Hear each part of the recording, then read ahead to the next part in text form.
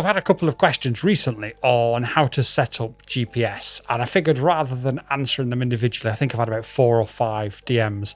I've said to everybody, what I'm going to do is I'm going to do a quickie video for you guys on how to set up your GPS. The question is pretty much the same. I've got a drone with GPS. It's a bind and fly, but I'm getting no telemetry on my OSD. What do I do? I've checked my settings. What do we do?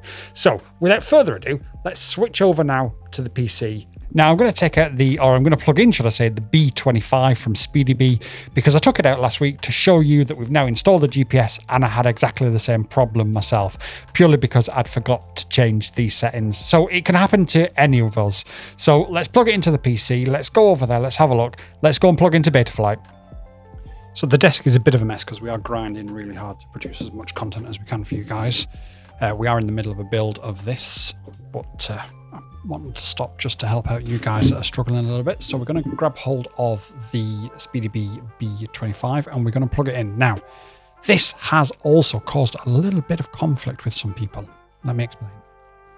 What a few people have been doing recently is plugging the USB into the wrong place. Now, I laugh, I chuckle, but I'm not making fun of anybody. We've all been there. When it's new to us, we can get blinded by technology, blinded by science. And what I've seen a few people do recently that reached out for help, I'm not going to name names, but they've plugged in the USB cable into the O4 unit. Now, this has been happening more, to be fair, with the DJI Lights, because the DJI Light USB is quite near to the flight controller. And then they're wondering why they can't connect to Betaflight. So just bear that in mind. Make sure that you plug it into the right hole. And for 99.9% of you guys out there, I understand that that is going to be basic knowledge that you're not going to have an issue with.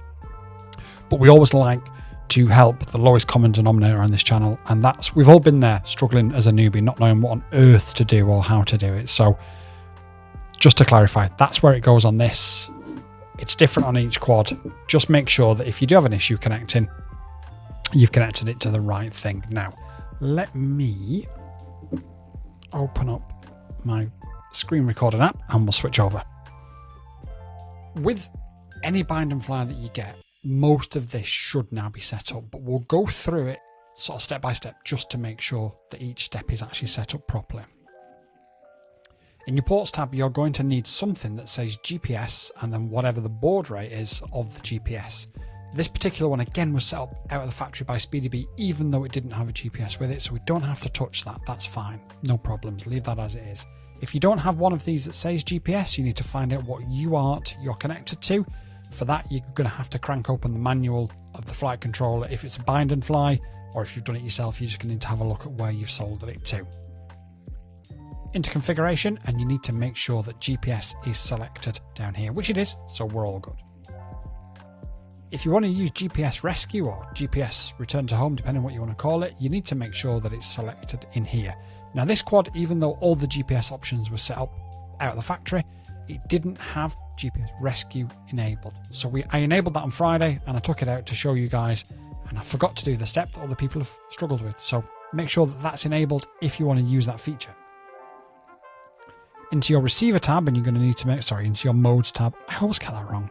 And you're going to need to make sure that you've got GPS rescue set up on a switch so that you can trigger it in an emergency as well as when it loses signal. GPS here, we can see that it's getting the signal, so we're all good. But the real important thing that you do is go into OSD. Now, you're going to need to select a few things to view your GPS telemetry. That's essentially what you're doing. You're looking at your GPS telemetry. So, you don't need GPS lap time unless you're racing. Sorry, this mouse is not brilliant. We've got GPS latitude and GPS longitude. Now, why would you need these? Well, let's just move them up here a second so that we can actually see them. This PC is horrendous. We are in the middle of an upgrade.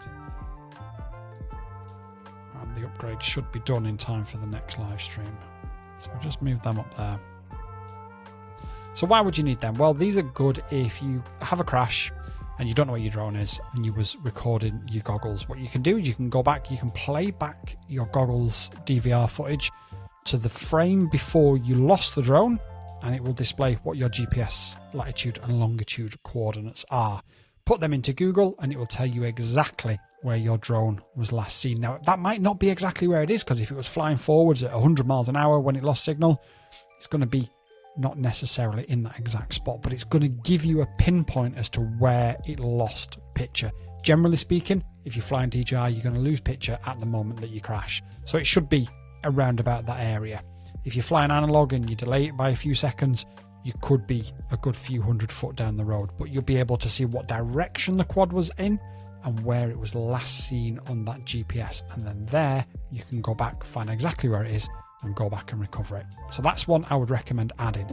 GPS SATs is another one. We talk about not taking off until you've got at least 8 satellites locked, because if you do, when you enable GPS rescue or GPS rescue kicks in on its own and you haven't got those 8 satellites selected, what that means ultimately is the quad will just drop. If it's above people, it's going to drop onto people. If it's above water, it's going to go for a swim. You need to know when you've got enough satellites to take off. So GPS SATs is a really important one. Now I'm going to put this over here just because I know how this OSD is organised.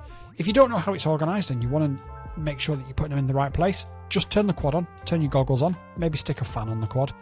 Put your goggles on though, and you'll be able to see as you move them around in real time.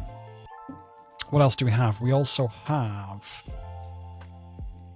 we've got home direction, GPS speed, home distance, and I would also recommend home direction. I would suggest you put in the middle, because that will point to where it's taken off from. So as you're flying away from yourself, that arrow will face straight down, and as you're flying back to yourself, it'll face straight up, and then so on and so forth, depending where else you're going. Home distance, so this is how far you've flown away from where you took off from. If you are going to do anything that's a little bit nefarious, obviously I can't condone that, but if you are, you might not want to put this on, because there's then evidence of what you've done nefariously. But I would always advise people don't necessarily do nefarious things. Try and stay on the right side of the law. That's why I couldn't find it. It's actually there. So these are the main ones. Now, I don't think these are necessarily going to be in the right position, but my goggles are not to hand, and that's not really the point of this video. But what we will do is we will get a pack charged up. We'll hit save on that now. Make sure you press save. And now you've got all of your data that you need. So you've got your distance away from you, you've got how high you fly in, how many satellites you've got, your speed, and your direction to home. There is also another one which is total distance flown, but that one is flight distance. And again, this one uses GPS. So all of the things that we're adding here, you will need a GPS to use. A lot of bind and flies either come out of the factory with a very basic OSD, which doesn't include all this, or like the Speedy Bee, obviously it didn't have a GPS with it, so they didn't add all this stuff to it. If you add all this stuff and you don't have a working GPS, it won't show up. So if you think your GPS is working and it's not showing up, there is a problem with your GPS, so you'll need to go back and investigate exactly what that is. But that's how you do it. Now, let's switch to the field dead quick. And here is the video showing what the OSD will look like once you get a GPS signal. Unfortunately, for some strange reason, despite getting a GPS signal, or the start of a GPS signal in the studio, after sitting for 10 minutes, we're still not getting any GPS out here at all. We're on 0. But you can see that your home distance, your home direction, your home total distance flown, your latitude and longitude, how many satellites, and your speed are all displayed on the OSD now, and that's how you set it up. As for why it's not working, I'm going to have to investigate that. There's no reason why it shouldn't be. Everything is set up correctly, and as I say, in the studio we were actually getting satellites, so I'm not sure what that's all about, but I'm just going to fly around the field gently, have a little bit of fun.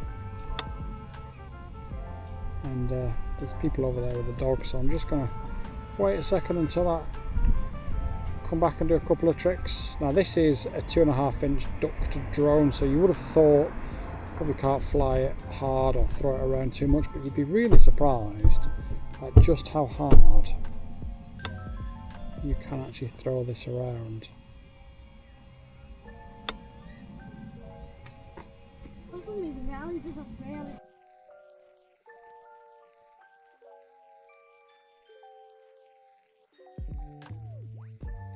trolling me. But this is a 2.5-inch ducted drone. Flying pretty well. A little bit of prop wash there to be expected, but for a 2.5-inch ducted drone, this is doing rather well.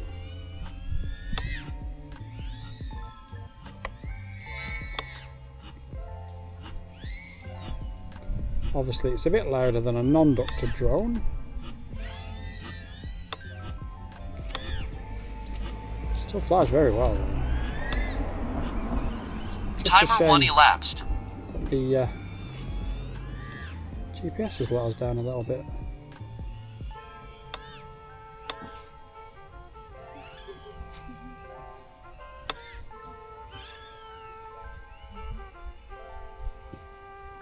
But still flies lovely.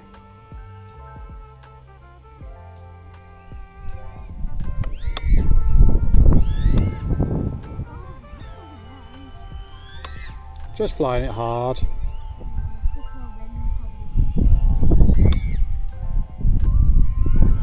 Yeah, the wind does hold it up in the air. Right, well I'll come back and land it.